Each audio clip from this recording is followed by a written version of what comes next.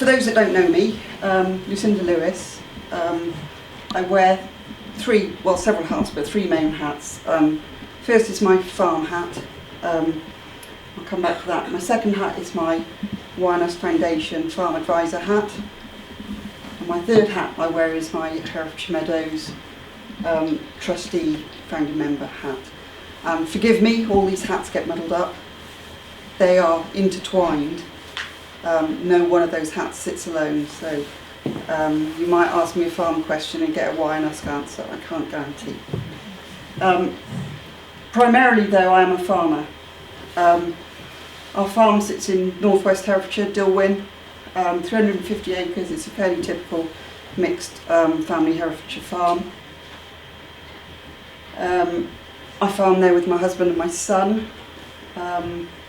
We own a small part of the farm, and then we rent various other bits on various tenancy agreements.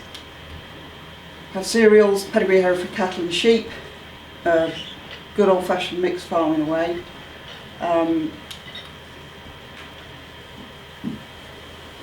What's the problem with farming at the moment? So this is going to be a real brief introduction to lots of things, but so I'm going to just throw a few slides in to what we're thinking. It all looks very idyllic from my slides, doesn't it? And I stand here as a fairly sane, intelligent woman, but there are serious problems with farming at the moment. We've got biodiversity in free fall, we've got public health, I said in turmoil. We have got significant problems with public health and increasing at the moment. And there's quite a strong anti-farming, anti-meat narrative, which is very upsetting to farmers, I have to say. We've got increasingly unpredictable weather events. As farmers, we are on the sharp end of this, and we are seeing it all the time. Political interference. Don't quite know what to say about that one at the moment. They've just thrown a pack of cards in the air, and we've yet to see how they'll land. And we've got withdrawal of chemicals, we've got resistance to diseases, we've got new pests coming along.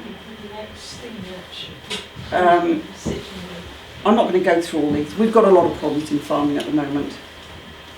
And I have to say, we do regularly ask ourselves, is farming any fun anymore? And we've got a young son just come back, and I do say to him, why are you doing this from time to time? Government data shows that last year, 24, on average, every English arable mixed lowland upland grazing farm lost money on agricultural production. Some money was made on diversification, so I am our farm's diversification. I go out to work. So on top of all those increasing problems, very few farms are making money at the moment, and actually haven't for quite a long time. And maybe as part of this discussion later, we might look at some of the reasons why that is the case.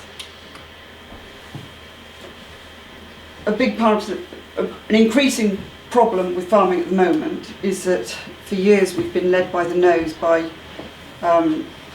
industries and governments, to be fair, to farm in a fairly extractive way, which has left the environment in a balanced state. Everything comes at a cost, doesn't it, eventually? And the cost to extractive farming is mental health, it's farmers' welfare, and it is a big part of the environment. The environment is really suffering from the extractive type of farming we have been doing for the last 40, 50 years. And we've been encouraged to do that by various governments, etc., for very good reasons, which again we might talk about later. Lucinda, I can see they're falling off the screen. I'm just going to do this. Right, I'll do that. Do that. That's happy. Sorry. So in light of all those problems at Boysfield, we decided to do things slightly differently. This is a whole separate presentation. I'm not going to go into it here, but we're now practicing a really regenerative farming system. Have been for 4 or 5 years. It's not without problems. It's a bit of a roller coaster at the moment. The weather and government policy are having a detrimental effect on what we're trying to do, I have to say, but we're sticking at it at the moment. And when we look at all these things in the cold light of day, when we're not exhausted from lambing, we've decided that the thing we have got to do above everything else is improve our soil health and activate our soil biology. If we can get that right, then a lot of the other stuff we're trying to do falls into place. Next hat is I'm a Winehouse Foundation Senior Farm Advisor.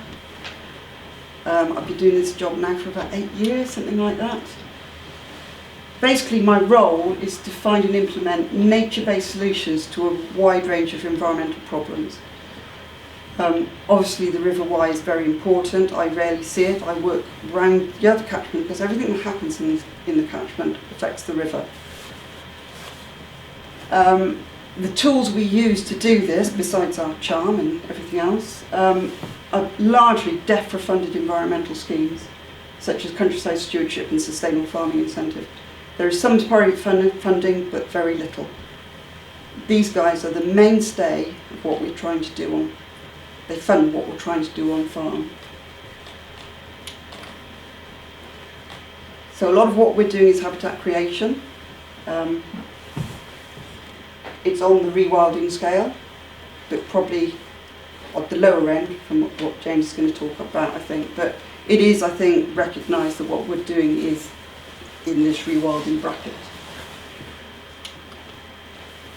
Another big thing we're looking at is soil improvement. So we're trying to take that sort of soil to that sort of soil.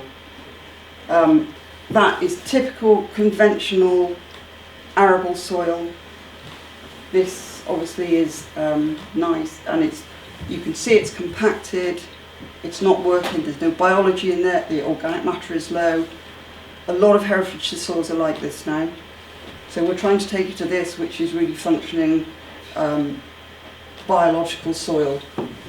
And a lot of the more recent government schemes have allowed us to help farmers make that transition.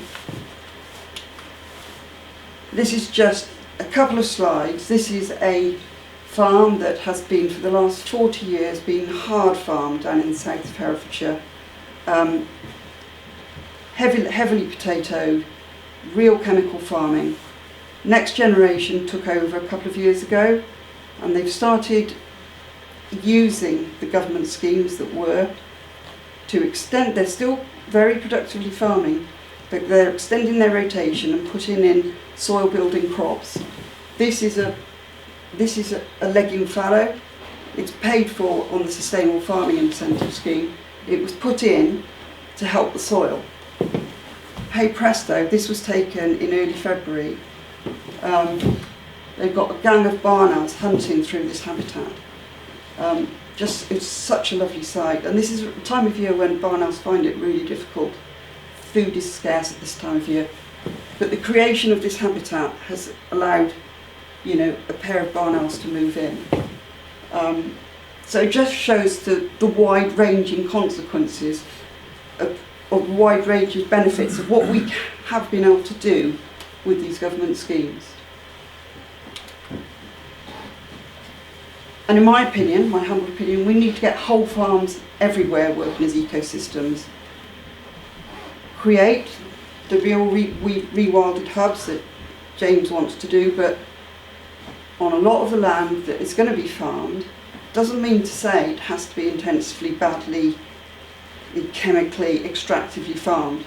We can move the whole system forward if we're careful and we have the right support. That's all I've got to say now. Pick my brains about any of it, please, when we come back. Yeah. And I'm now going to hand over to James. Thanks very much. So it's really great to follow Lucinda. I haven't met Lucinda before until last Wednesday when we drank some wine and ate some crisps and decided what we were going to do by way of introduction. So I do know a few people here, but for those that don't, I'm James Hitchcock, and the first thing to say is I am talking here tonight as a member of the local community. I'm not representing the organisation per se that I work for.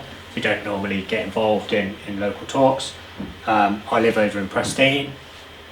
Currently I work for Rewilding Britain. I am the Wales Rewilding Policy and Advocacy Lead, and let's come back to that prior to that, I was Chief Exec of Radnor Wildlife Trust.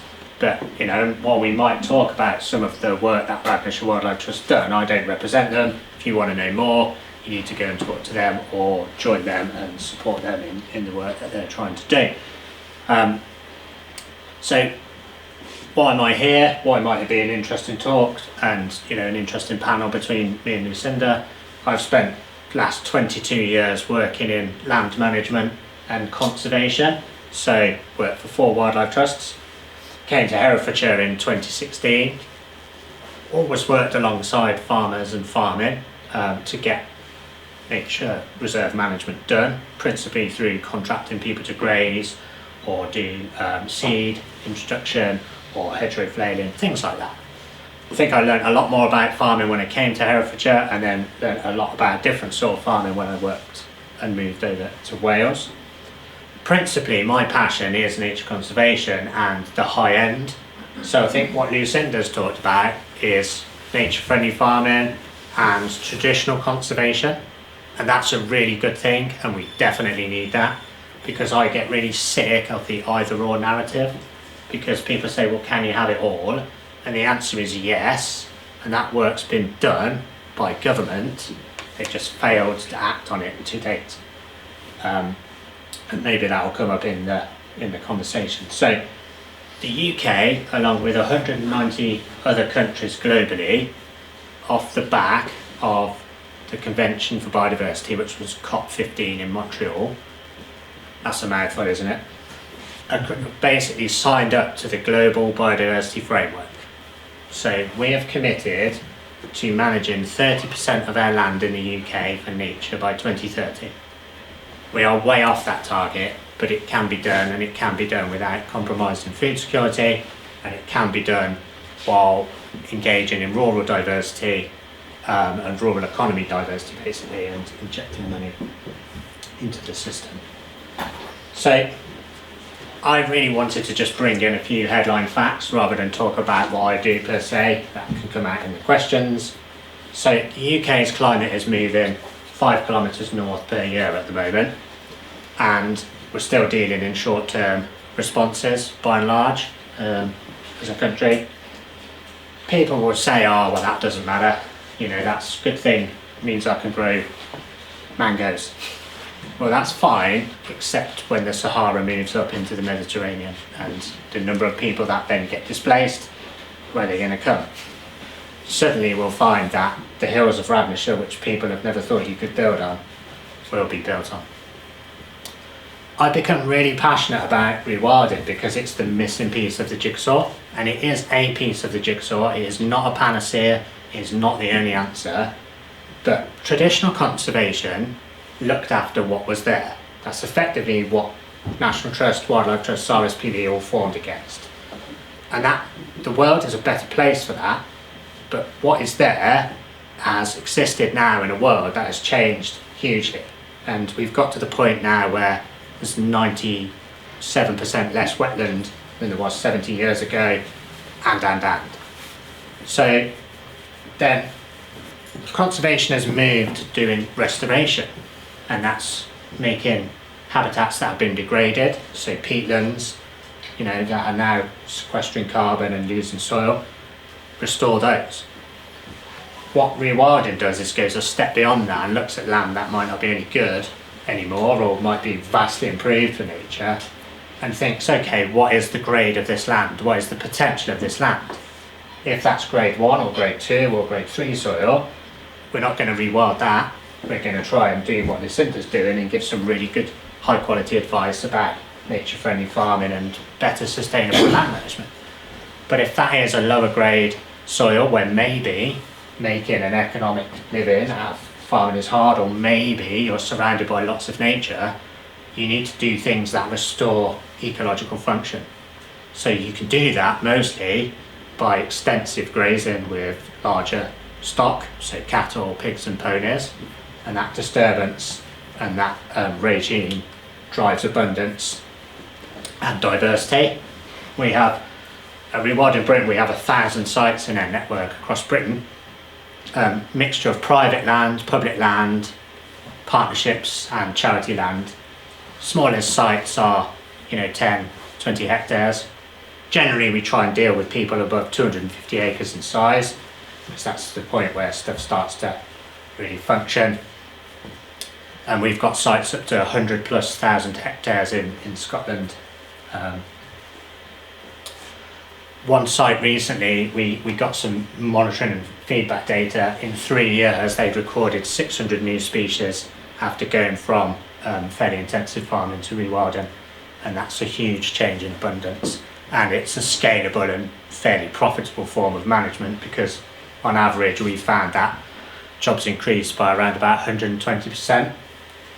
But we've been working through sort of how to articulate what rewilding is, and we've come up with lots of research and data, and one of the things we've recently done is this rewilding journey.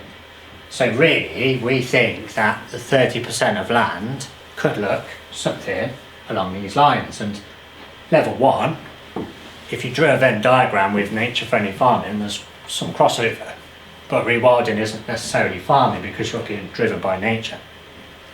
And being driven by nature can sound quite fluffy, but there's a river in there, there's timber in there, there's cattle in there, you're still going to produce food. You can still extract timber under continuous cover forestry or agroforestry, and you can hold back water and carbon, and also provide recreational and employment benefits. So we think that's valuable. And then it goes through to levels 4 and 5, where we've consistently, for the 10 years of Rewilding Britain's life, said that we think about 5% of Britain could be heavily rewilded, I suppose, or rewilded to the point where nature starts to be self-serving and the level of management intervention falls. That doesn't mean the level of people fall or the level of engagement with the landscape falls, because when there's lots of wildlife, there's often lots of interest, lots of people, lots of opportunity to visit. And what we have found from these sites is, having less stock and managing extensively gives more space to do other things. So really big estates like Wildcairn Hill in Norfolk, they've split their farm into 3. They've got coastal salt marsh that they manage very traditionally under very prescribed conservation. They've got another third that they rewild, and then they've got a third that they manage as regenerative arable, and that's now making more money, and their aim is to move away from subsidies and be much more in control of their income and their production. But just as I think one of the reasons I really like Rewilding Britain and why I now work for them is because we actually stick a pin in things. So rather than just focusing on the no, don't stop, or this is precious, have a look, we say, well, look, we need to move forward and this is what it could look like. And this is part of a 3 series of illustrations for what some of the uplands, not all of the uplands, could look like 30 years on if we took a rewilding approach. Now that elicits quite a lot of debate, but that was the point. There we go. So, obviously after 20 odd years in conservation, I'm not just like a rewilding messiah or disciple, still has to fit in and around everything else. And I think in the media, certainly online, the debate is quite, it's basically a pile of rubbish at the moment, really, for the most part. I think there's a lot of mistruths around. Lucinda's talked really well about the pressures facing farming, and I always think of farmers are the individuals, but then if that farm then is pushed still by that system and does things such as, heavily plough or like growing maize and potatoes, that then causes soil loss and pollution into the river, the water company then have to pay to clean that. And then who pays for that? You. So the idea that food is cheap is not so straightforward. And I think, there's going to be another push for food security and food resilience, and it's a very nuanced and complicated debate. Not least because we haven't produced 100% of our food since 1700, and the population was vastly different to today. We didn't get above 75-80% in World War II, and we'll certainly, I think, struggle to get any higher than that. We're around about 60% at the moment. But it's when you get into the detail that it's most worrying, because fresh vegetables are at an all-time low, 53%. Fruit is only at 18%, and we're stood here saying that in what's a massive fruit growing region. And then we're 71% self-sufficient in potatoes. So the raw figures break down from Henry Dimbleby's National Food Strategy, which is one of the best documents I've ever seen produced by government, that a fifth of the land in Britain produces 85% of our food, and then the 20% that is least productive in commercial agricultural terms, which is often national park land and designated land, only produces 3%. And we ask a lot of land. Importing food doesn't necessarily make us less resilient. We've got ports. If you're going to import, you need to export, or things get ridiculously expensive. We also need to have bargaining chips and accept that the nation's diet has changed. So when people start talking about imports, you need to have a better conversation. And there is a land use framework in development in England at the moment, and it does at least start to recognise that we do ask a lot of land, and we need to think about storing carbon, water, stemming storm flow and holding back water, because we can't concrete our way out of the sort of storm events we're predicted to have. We do need to provide nature for its own sake, but also maybe people's well-being.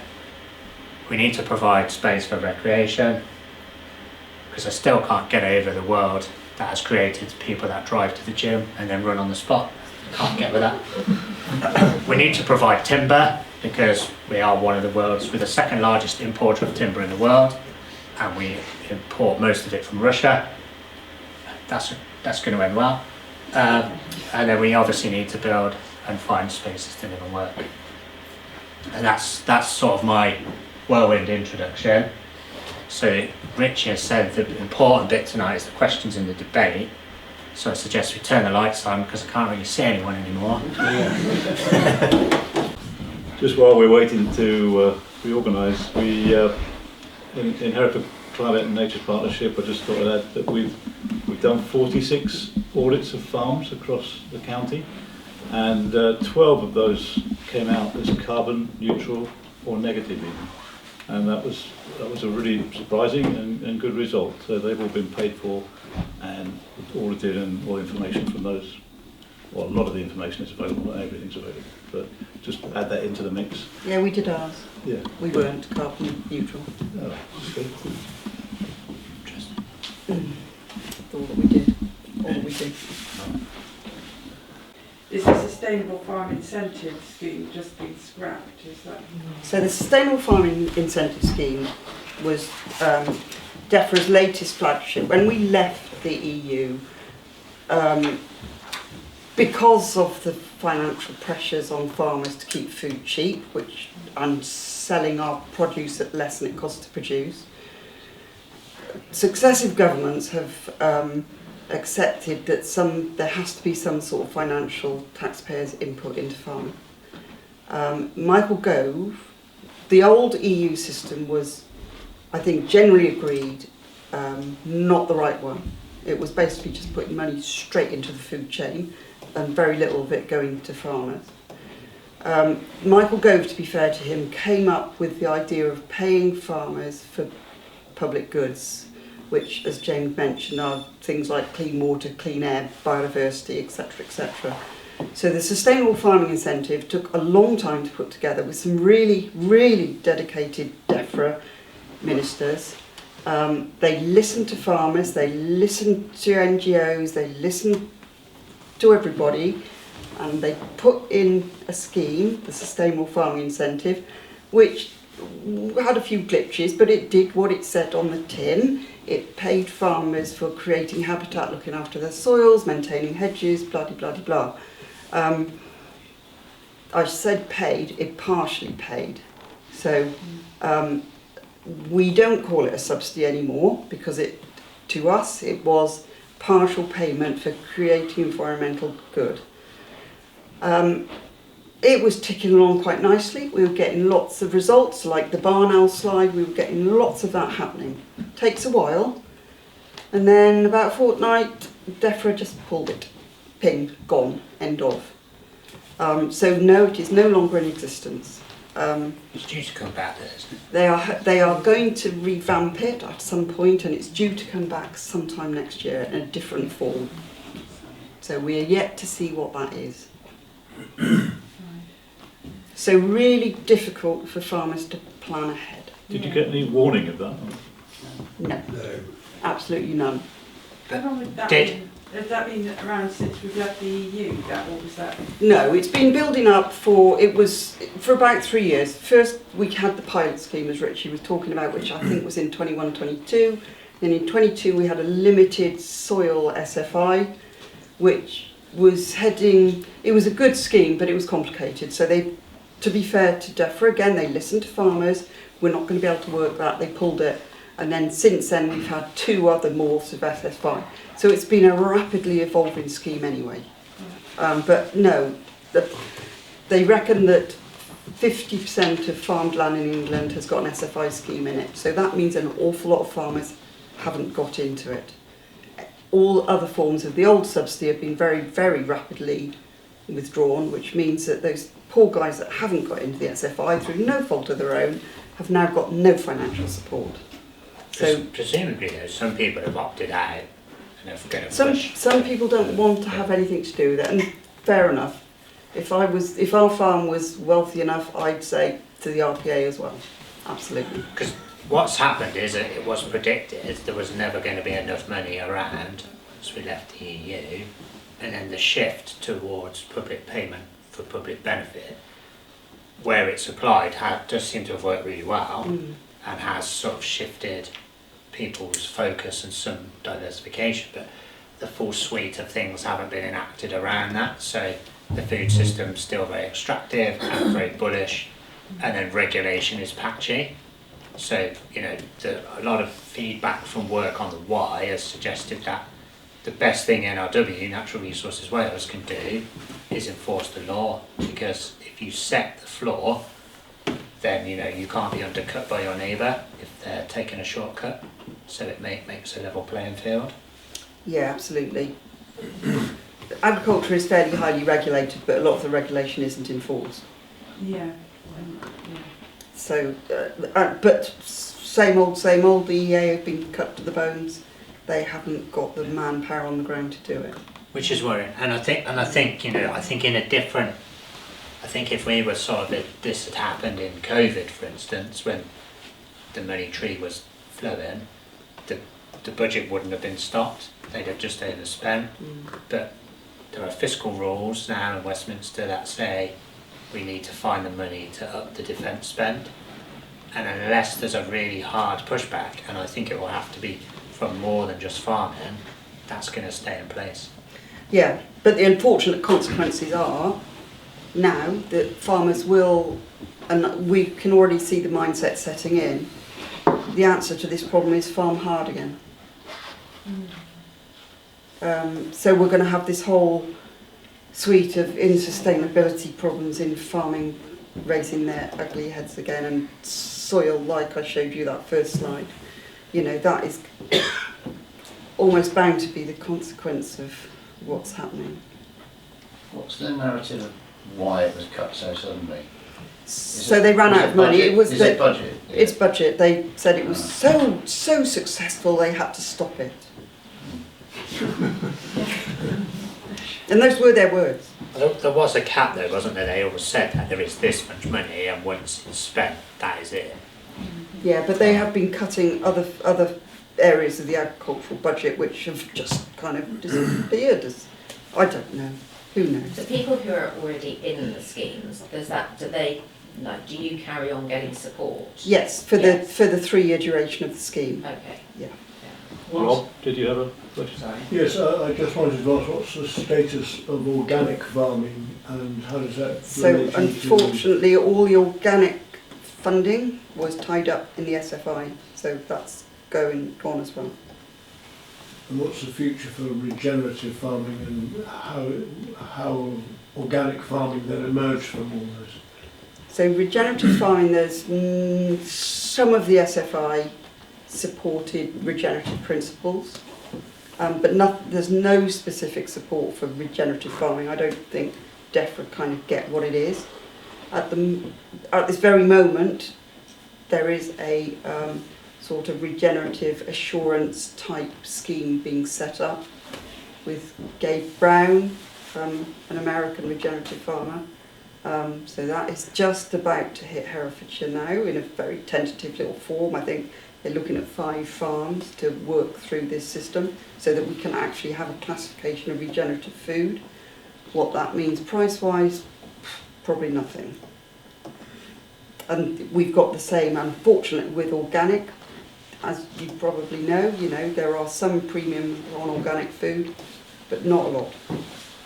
The best sort of examples I've come across are through the Nature Friendly Farming Network. So there isn't an accepted standard for regenerative, but it's generally things that look to improve the status of your farm, working from the soil up.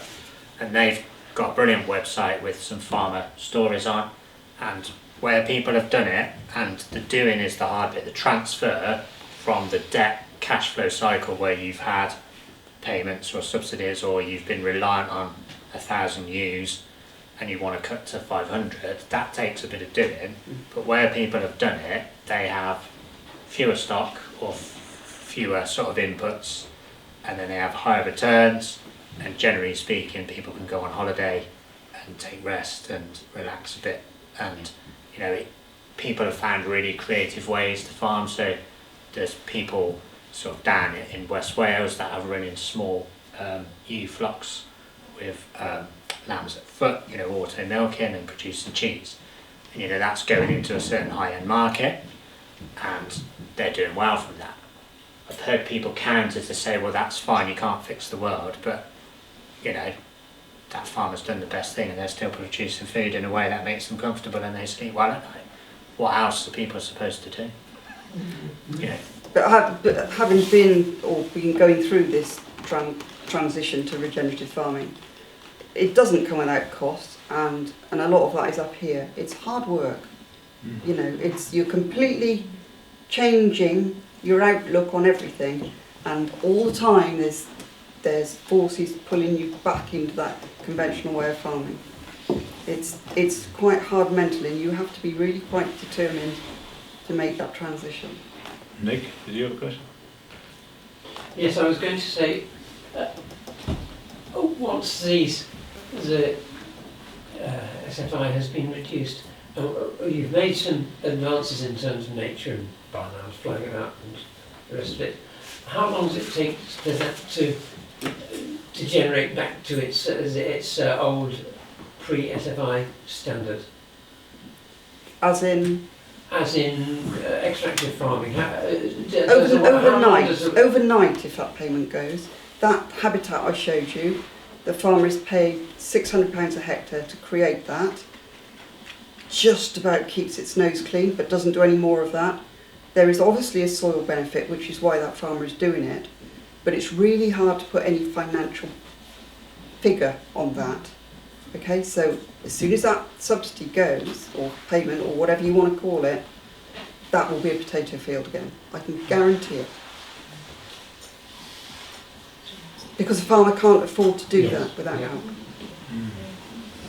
So you lose all the benefit straight away? Yep.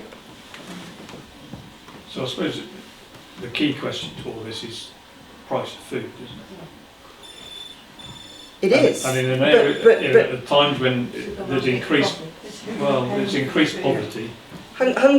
number of people. Hungry people is not a good look. No.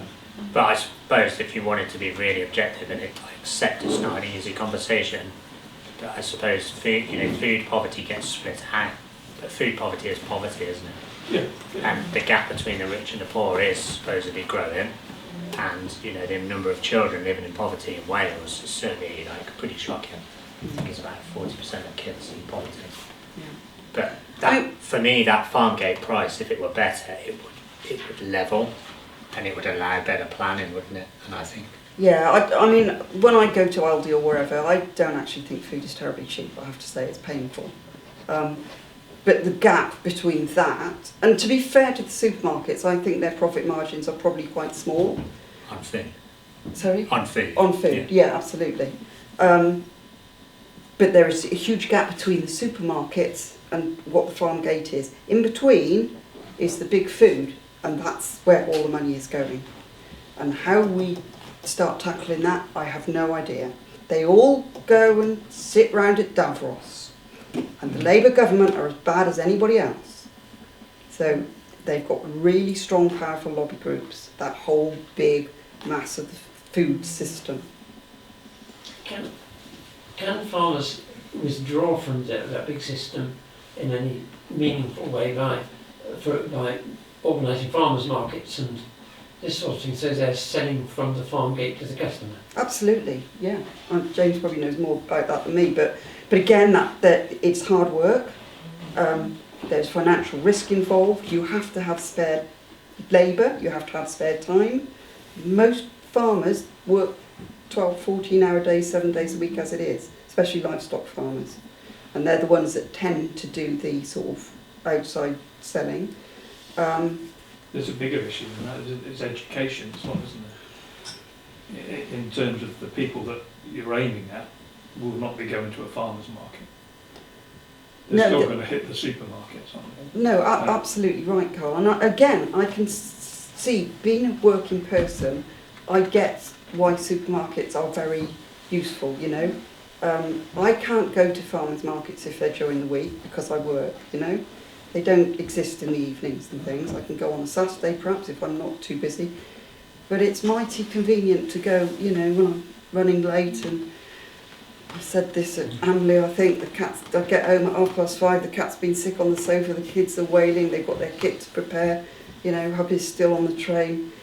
It's kind of difficult to start thinking, oh, I'll go and dig some vegetables up or, you know, make something healthy. I suppose you can order stuff other ways now, can't you? You can, you know, get stuff from places like Riverford, you know, delivered. And I guess the question would be, because when we talked about what are we going to do tonight, you know, hopefully we'll get good questions, which is happening, but we don't want to get in a doom spiral. You know, you need to think about what can we say to people to do, and like how you spend your money is a really personal choice, and obviously it helps massively, but it only goes so far. Like the big thing that I've realised, especially because now I'm dealing more in policy and have more conversations with decision makers, is engaging matters. Like it can be demoralising to write to an MP or an MS and not get a response for 3 weeks and then get what is clearly a standard response. But they do listen. Like if they get 200 letters on the ending of the SFI from a mix of people at a mix of postcodes, they will start to raise questions. And then, you know, if you Google how, you know, they work for us and, you know, look at tips on how to engage, you can, you know, it's a democracy, like you can use it and you can get questions raised in Commons. You know, there's early day motions, there's Commons debates. You know, you can try and get those on the things that matter and make sure that although Herefordshire and Paris has got a small population, it's still represented. Because else otherwise all the bigger things will come in play and other, what I'm calling dark forces, you know, take the limelight, don't they? Related to that, James, and Lucinda, maybe you know a lot more about it than certainly I do, but there's a 2.5 billion a year environmental budget, and that's unprotected. In the current situation, that's dangerous.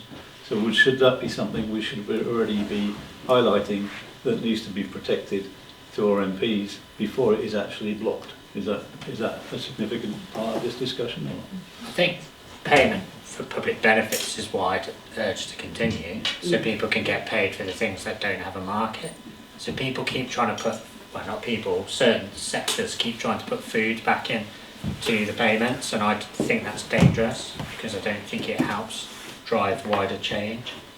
But I think go back to the talk, one of the talk series was about the system, and like you as an individual are the micro, so like you can make a lot of difference, and mostly just get to a point where you might be able to sleep easy at night. You can talk to people, you can write emails to MPs, but then the meso bit in the middle is community. So the first time I went to New Radnor, it was really interesting. You know, Resilient Radnorshire helped organise this tours. So it's quite an active community, but no farmers. And like, because the pub's not there anymore, the farmers and the people in the village, and it's a small village, right, are not necessarily connected.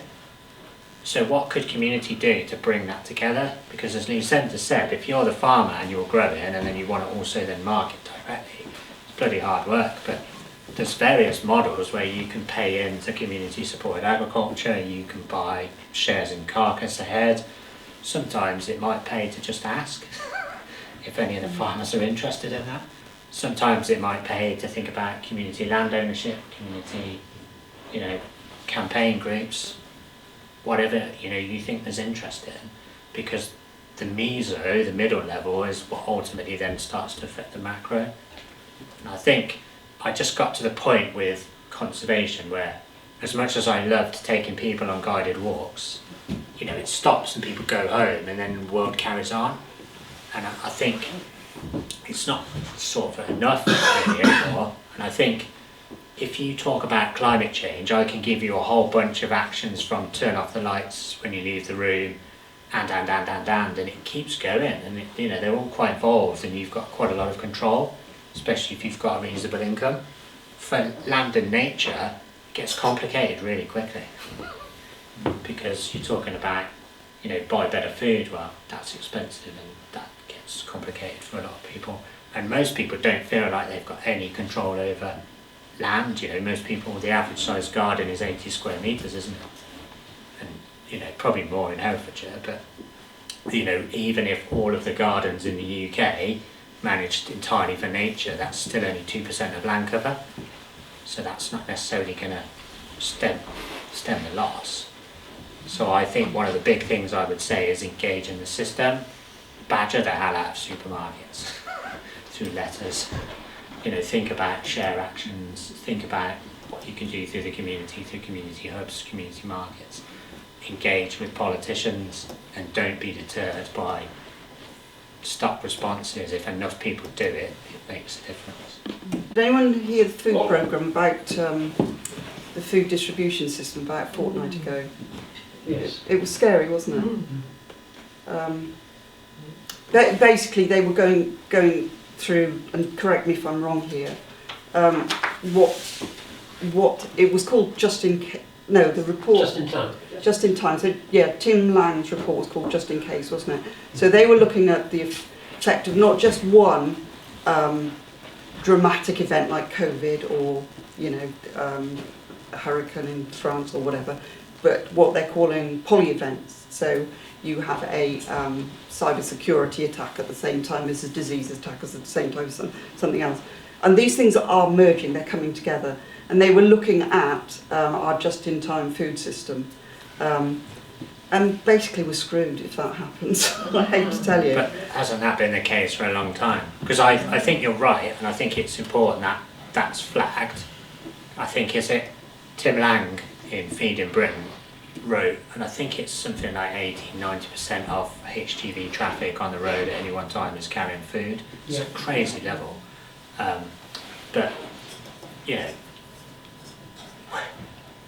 we've always had that, and like, what's the risk of flagging that as a risk means, okay, we need to farm harder, we need to grow just food, and then that pushes everything else out. Well, does it mean that? Doesn't it mean that we should actually be decentralising the control over food production and actually thinking about having Kington supplied by 3 or 4 market gardens? Absolutely, and the local dairies and that? I mean, isn't that how we should be looking at it? Yeah, but I think as long as the conversation is nuanced, so it talks about, you know, in Wales often lamb is seen as the only contribution to food security, whereas, you know, in Wales only 0.2% of land is down to market gardening.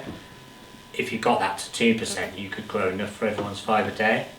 And if you organised properly and did it around the centres of population, it's more than possible to have short supply chain. and then public money and local authorities, schools, it would cost more per carrot to buy off that market garden and import from the Netherlands, but at least public money would circulate round and round the local area. How can we encourage people to go into market gardening? Because it's not an obvious career choice right now. No, it's not. It's really difficult, isn't it? Yeah.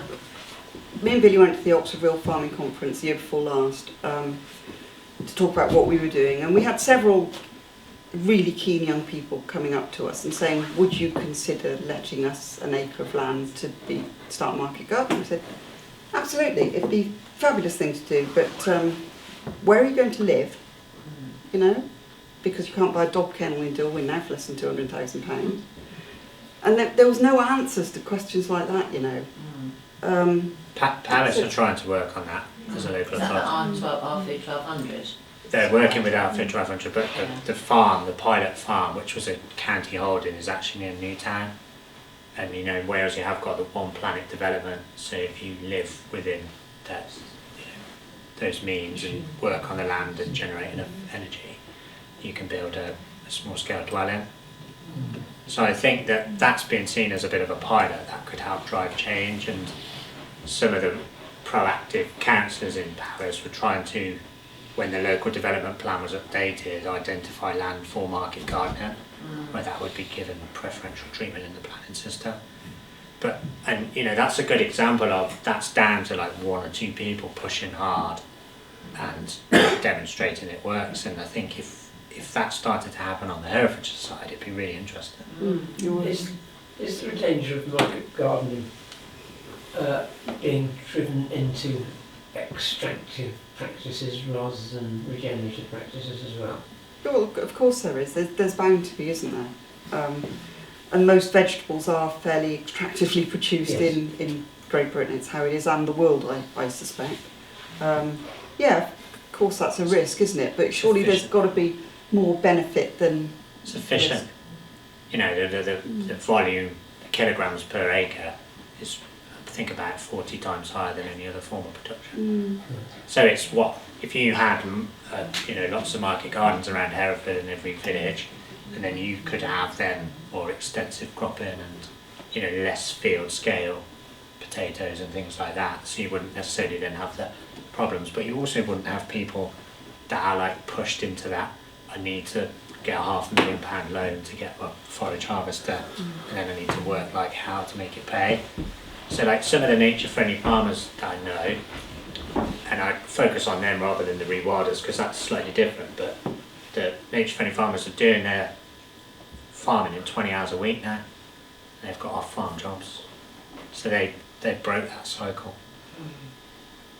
And I suppose as long as you're using rotation and diversity, it's not going to be that extractive. No, there's all sorts of ways of doing market gardening non-extractively, absolutely, and they're very successful. And a lovely sight to see, to be honest, and good for the soil, good for everything. So it's more than possible.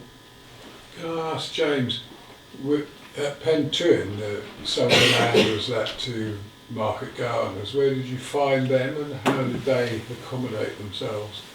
There was a bungalow on site which they rent, and we just advertised through Farming Connect, which is a Welsh Government service, and you know, had quite a bit of interest, a lot quite serious, and then yeah, they came out the best as having the best business plan, I believe, as producing food, and certainly were putting stuff into the salted Knighton Presteigne in the last year. I mean, it's hard, but I think Andy Cato, who does Wild Farmed, which is regenerative grains, he was a DJ when I was a teenager, so it's sort of weird to see that he's now popped up in this sphere. He leases off the National Trust, and you know, he said that we do have this thing now where we don't really, as a society, broadly speaking, value practical work. No. It's seen as sort of like a lesser thing, but you know, there's hard work and hard work. You can spend 100 hours flogging yourself in an office, or you can spend 50 hours outdoors feeding people and getting to know people. But it wouldn't hurt, would it, to have some sort of government support to just get people set up for the first couple of years? they need to build markets and need Yeah. to build soil fertility and need Yeah. to build all sorts of things before they're going to start making money. Absolutely, yeah. And I suppose I very much agree with everything you've said, basically. It's interesting to explore. And I think in Wales there now is going to be a public support payment for horticulture for the startup phase. But Wales is different because we haven't yet got to the SFI. We're still having a chat about what we're going to do, and that should be announced this summer. And then, we're still then waiting for the detail on the collaborative and the optional layers, which are going to be the high end for nature. And there's going to be budget problems there in Wales, and that's going to play out really hard, especially if people in upland areas hold back and then get cut off because they don't make any money. Even with increased sheep and lamb prices, they don't make much money, if any at all, from food. So we might see widespread land sale or further rural depopulation. Has Scotland developed an SFI? Oh. No. It's underway, yeah. No, I mean, but there's no good example out there, is there? Well, ours was a very good example. Yes, A but developing that's very the good one example, that's yeah. been stopped. What does everybody think of the milk, direct milk sales that's in the county? Financially, is it a goer? Is it no good? Is it not useful? When you say direct milk, you mean milk from the machine? Yes, milk from the farm, yeah. From the vending machines. It's good milk, isn't it? It's very nice. Does anyone know why the one in Kington has got? It's planning, I think. Planning. Or lack of it. But I mean, generally, as a business model, or do we have any knowledge of that in this room? Or I know, so I was kind of involved in the very first one, I think, in Herefordshire, the one at Landgrove that got set up during COVID. And that was flying along. I think it's slightly not quite so fun now, there's so many of them about. And people are travelling miles to get their milk from that one. But yeah, I think people are quite happy with it. It's a relatively simple thing to operate. It's hands off. You have to go there once a day. So it's not like a farm shop where it's constant. but I don't know if who is it a group of farmers operating it and how they spread out the workload or whatever. I don't know. No, most of them are individual farms. All right. Setting them up. Some farms have got 2 or 3. Because they all look similar. They all look similar. Yeah. There must be some sort of franchise for the hut. I'm just posing that as a test question, really, because we're talking about direct purchase of foods and other things. But if that isn't rocketing off as being extremely good idea and used a lot, then how do we get that used a lot? Because it's already an existing model. Why don't we see what is needed to make that more successful? Just a discussion point, really, because it's there and it's working. I mean, our nearest one is Pembridge now, I think, isn't it? Since they pulled back, but we could push for getting a better decision for one in Kington again. Why didn't it get planning? I don't know. I don't know what it is.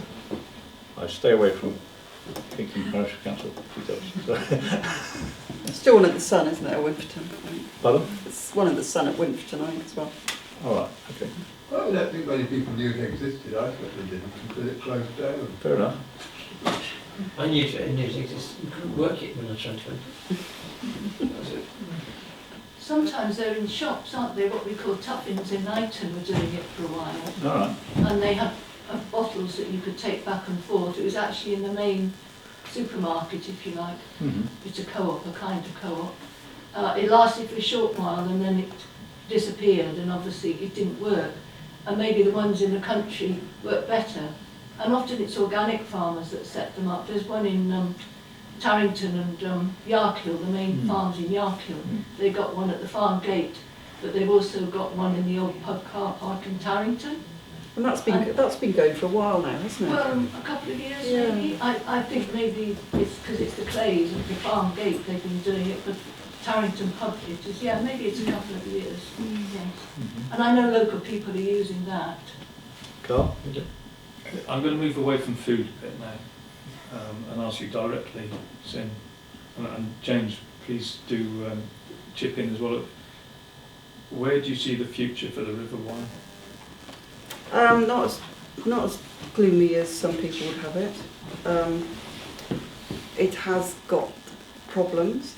It's a very complicated ecosystem, as all ecosystems are. And it's not just a matter of phosphate. Phosphate is part of the problem, although it gets all the publicity. The bigger problem is probably weather events. So a very slight change in temperature, which we can mitigate to some extent by shading the upper reaches of the tribs, which is where that's, if we can keep them cool, then the main stems, it's going to be warmer, but it's not so critical apparently, so my boss tells me.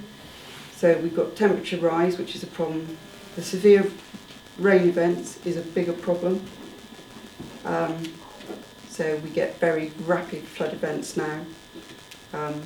Lose a lot of water that isn't infiltrating into the ground, and that's not filling up the aquifers, which then provide summer flows. So at the moment, the Wireless Foundation are spending a lot of time in the top of the catchment looking at infiltration into soil and what affects it. So trying to get more of that rapid runoff actually down.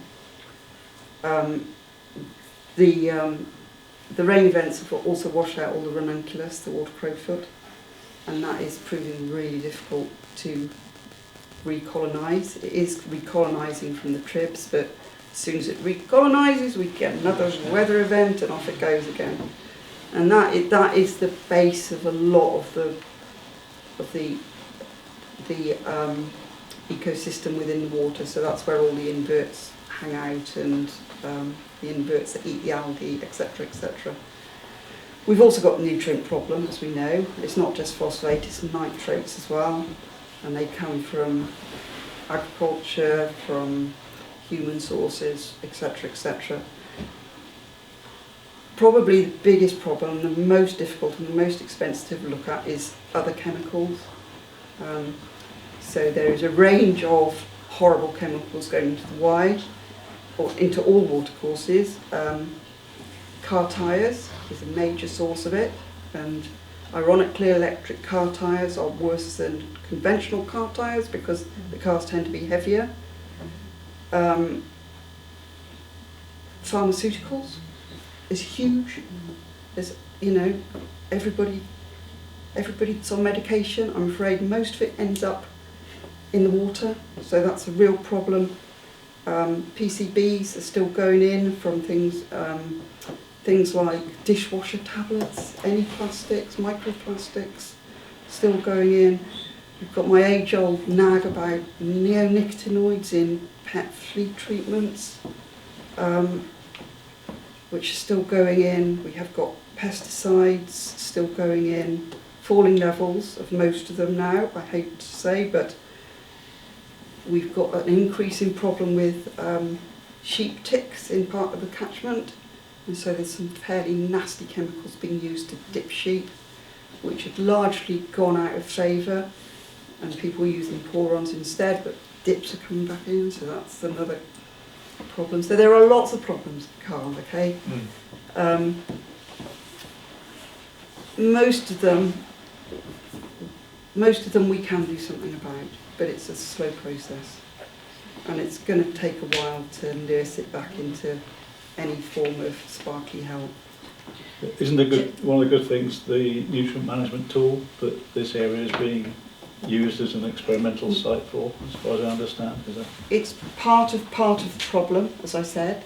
Well, it's part of the solution, isn't it? Part of the solution, yeah. But the nutrient ingress into the river is part of the problem. Yeah. And it's, in my opinion, it's really dangerous to concentrate on phosphate because it leaves all those other things rather neglected. So I think at the moment, public funds spend less than 2% of the flooding and coastal erosion budget on natural flood management. So an acre of wetland will hold 1 million gallons of water. The only way to hold back water and increase infiltration is to pay for better soil management, so regenerative farming, nature-led management, and to install things like leaky dams. Welsh Water struggle with leaky dams because you know, we've had years of concrete. You can put concrete in a spreadsheet and work out for every £1 you spend what you get back. It's a bit harder for leaky dams, but they cost pittance and we know that they work. And I would also think, you know, we are hearing the narrative again that we need to deregulate.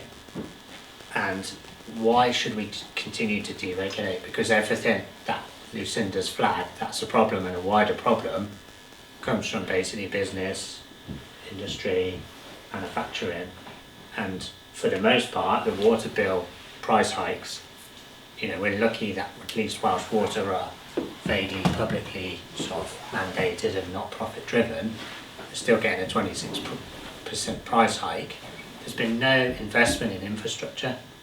You know, you can clean and better service the water that goes into the river, but at the moment all of the budgets are siloed, and DEFRA rarely gets the chance to think, for every £1 we spend on this nature-based solutions, we get £3 back in health, or £3 back for the consumer, or, you know, let's actually regulate water companies a lot harder so they have to spend their profits on infrastructure to stop costing the public purse, and they could work out that direct cost. One other thing, water companies are seriously crapping it at the moment. Not so much about quality, but about quantity of water, because of the huge demands of these new AI data centres. Cool. Yeah. So water quantity is driving a lot of decisions with Welsh Water at the moment. They are crapping it. What do you think? This spring's interesting, isn't it? I was in the Orcon Valley at the weekend. Right. It's dry, isn't it? Yeah, absolutely. Yeah. Really dry. Yeah. So I'm just trying to drag any. Was there any question from over here? So when we were talking earlier. No, Well, I was just thinking, you said about the tyres on these electric cars being more toxic. Not more toxic. They just shed more nasty chemicals. So that means if there's runoff on a road, that will leak into ditches. Absolutely, it all ends up in the river. Yeah. You could put wetlands in there, couldn't you, on all of those outflows? Absolutely. Yeah. You know, and that would help sequester carbon, clean water. And little wetlands, little attenuation pools, little water features throughout the landscape is the answer to a lot of our problems. Unfortunately, the EA are absolutely paranoidly scared of us doing any of that work because of the risk of it going wrong. So, you know, anything like that, to get consents and the permits to put in anything like that, it's like jumping through hoops of fire, which is really sad as far as I'm concerned. Yeah, a few of them might go wrong and might not do what they're supposed to, but you know, we need them everywhere. We need them put back in everywhere, because they were everywhere 60, 70 years ago. It's the one feature in Herefordshire that's gone. It's the wetlands, pools, wet areas, marshy areas. That's what's really gone. They release a few beavers.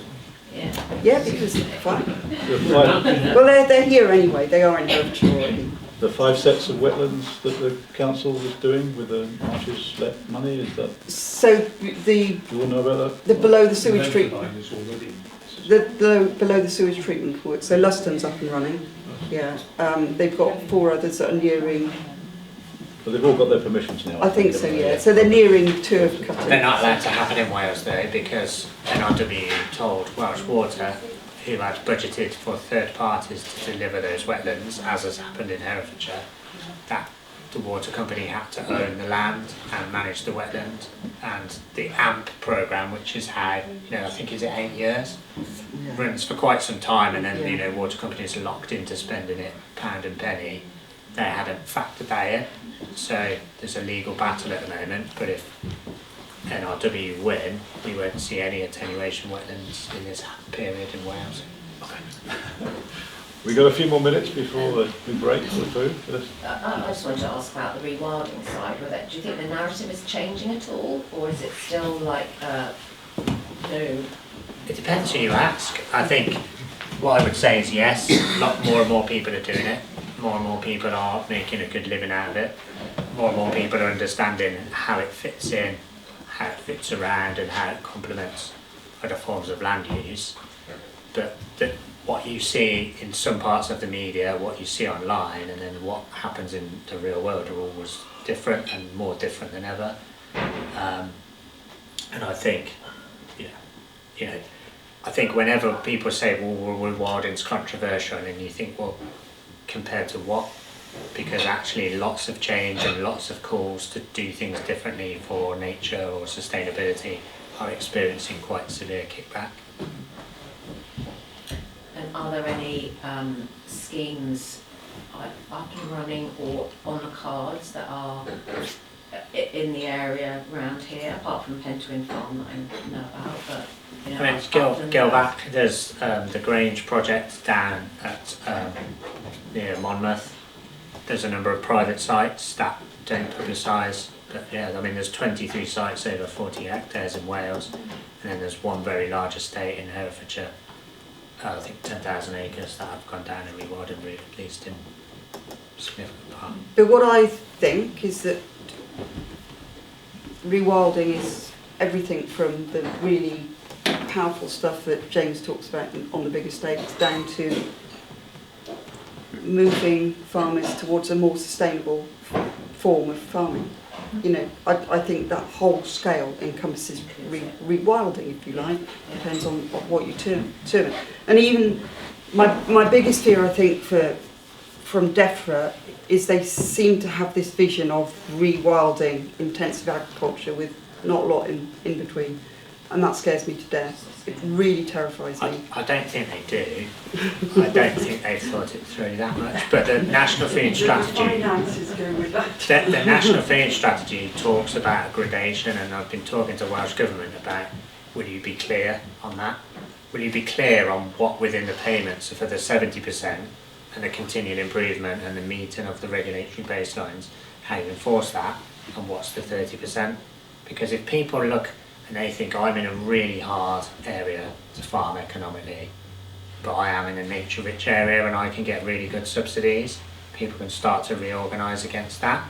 And in doing that, they shouldn't be made to feel bad, they should be made to feel good, and there should be a better conversation about what productive land means.